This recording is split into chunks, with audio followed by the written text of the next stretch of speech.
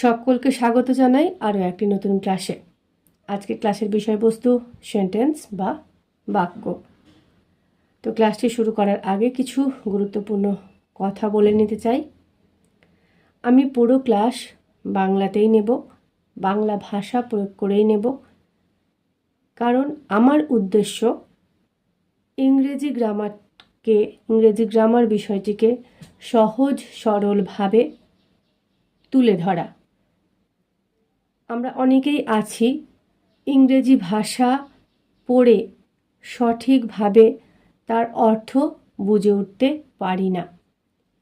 সেক্ষেত্রে আমাদের ইংরেজি ভাষার প্রতি একটি অনীহা বা অসহযোগিতা বোধ সৃষ্টি হয়।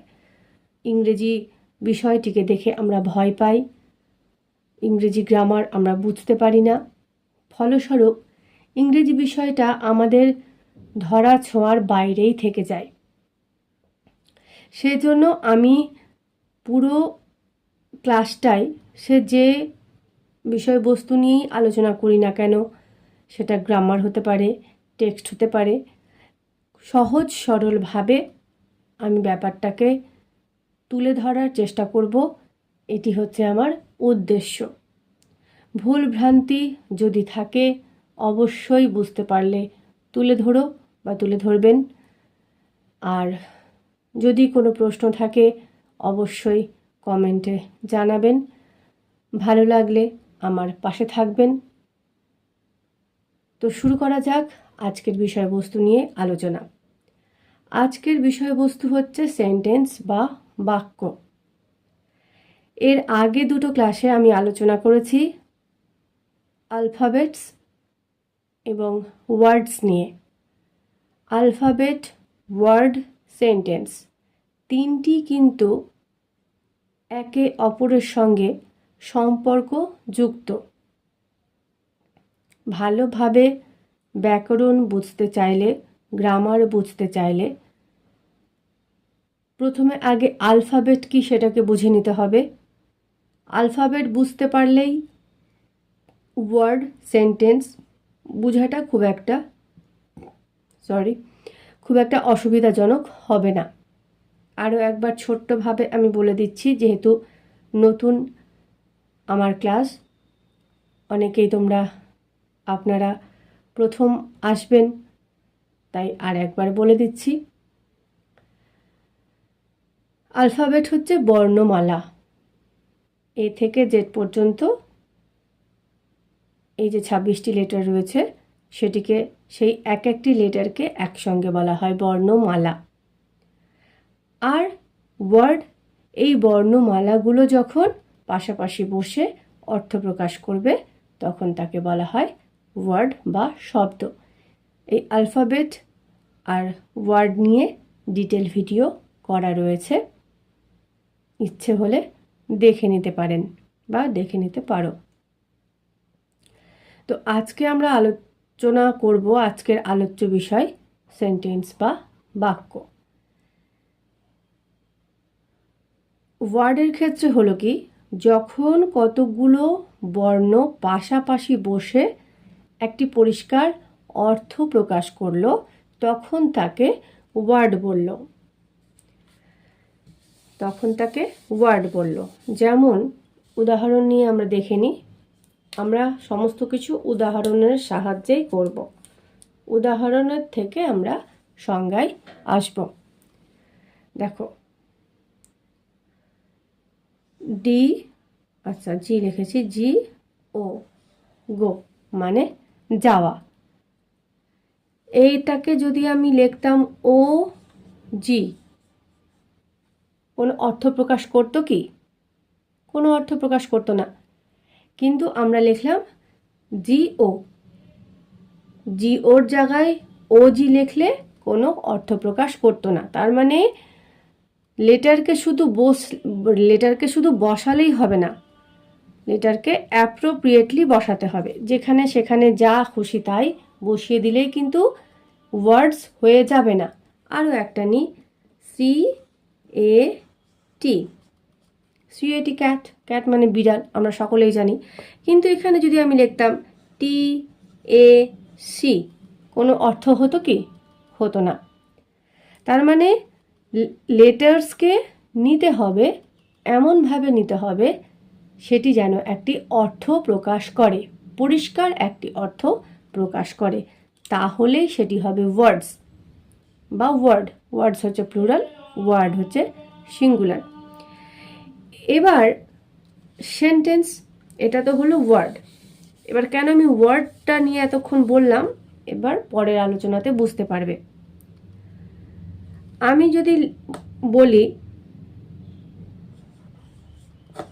গো আই, দেখা যাচ্ছে না মনে হয় না,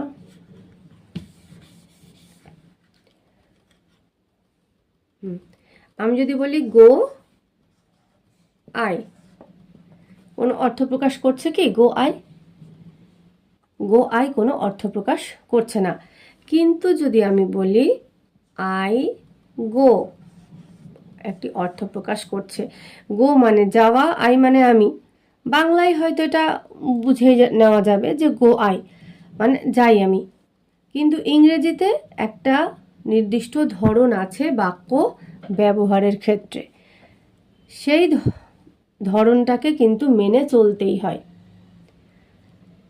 তো এখানে ইংরেজিতে গো আই যদি বলা হয় এটা ভুল বাক্য, এটা হবে ঠিক বাক্য। তো ওয়ার্ডকে শুধু বসলেই হবে না, ওয়ার্ডকে ভালোভাবে সঠিক পদ্ধতি অবলম্বন করেই বসতে হবে। আবার একটা উদাহরণ নেওয়া যাক।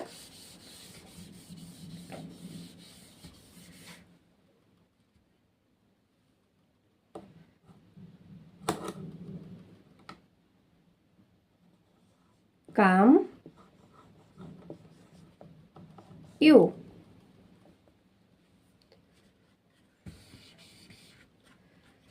Come you.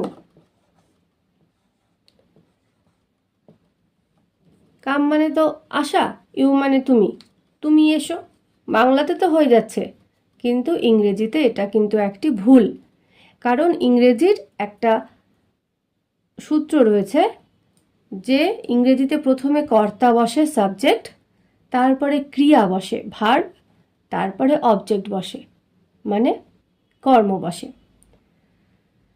কর্তা কর্ম, ভুল বললাম, প্রথমে কর্তা, তারপরে কর্ম, তারপরে তার উদ্দেশ্য বা বিদেহ, ওটা হয় বাংলায়। আর ইংরেজিতে হচ্ছে প্রথমে সাবজেক্ট, তারপরে ভার্ব, তারপরে অবজেক্ট। কর্তা বসবে প্রথমে, কর্তা কর্ম করবে এবং কি কর্ম করবে, উদ্দেশ্য বা বিদেহ, সেটা হচ্ছে অবজেক্ট। তো ইংরেজিতে এই ফর্মুলাটা মেনটেন করে চলতে হয়, সাবজেক্ট ভার্ব অবজেক্ট। তো এখানে দেখো, এখানে প্রথমেই হয়ে গেল ভার্ব, তারপরে হলো সাবজেক্ট,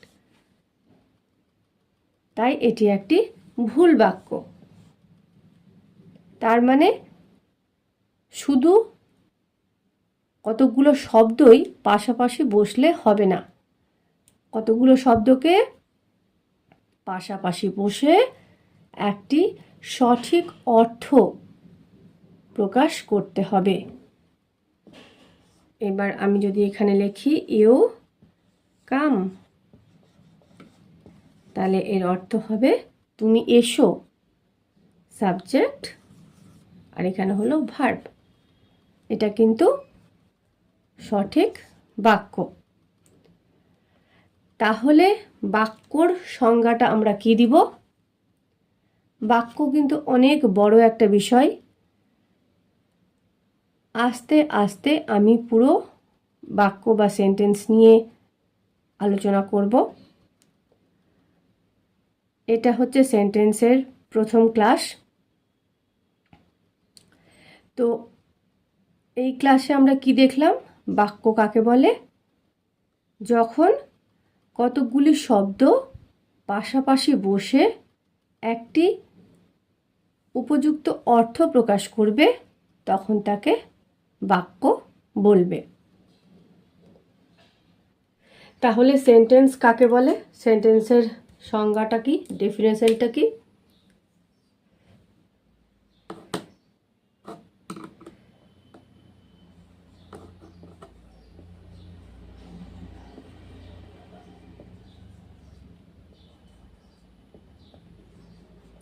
Sentence is a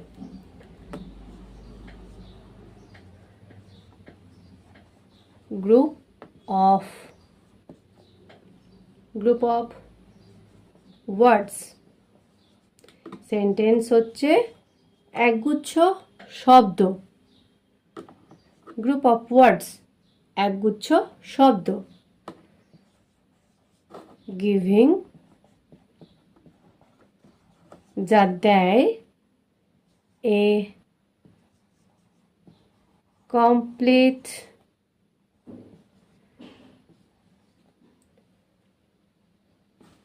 পূর্ণ, কমপ্লিট পূর্ণ সেন্স, পূর্ণ অর্থ। Sentence is a group of word. Sentence হচ্ছে গ্রুপ অফ ওয়ার্ডস একগুচ্ছ শব্দ। গিভিং এ কমপ্লিট সেন্স যা একটি পূর্ণ অর্থ প্রদান করে। অর্থ প্রদান না করলে কখনোই সেটি বাক্য হবে না, সেটি হবে শব্দগুচ্ছ, শুধুই হবে শব্দগুচ্ছ। যেমন কতগুলো লেটারকে বর্ণকে পাশাপাশি বসালেই শব্দ হয় না, ঠিক তেমনি কতগুলো শব্দকে বসালেই কিন্তু বাক্য হয় না। শব্দগুলোকে পাশাপাশি বসে একটি পূর্ণ অর্থ কমপ্লিট সেন্স দিতে হবেই হবে। এটি হচ্ছে বাক্যের প্রথম শর্ত। তো আজকের ভিডিও এই পর্যন্তই। ভালো লাগুক মন্দ লাগুক কমেন্টে অবশ্যই জানাতে ভুলবেন না, জানাতে ভুলো না।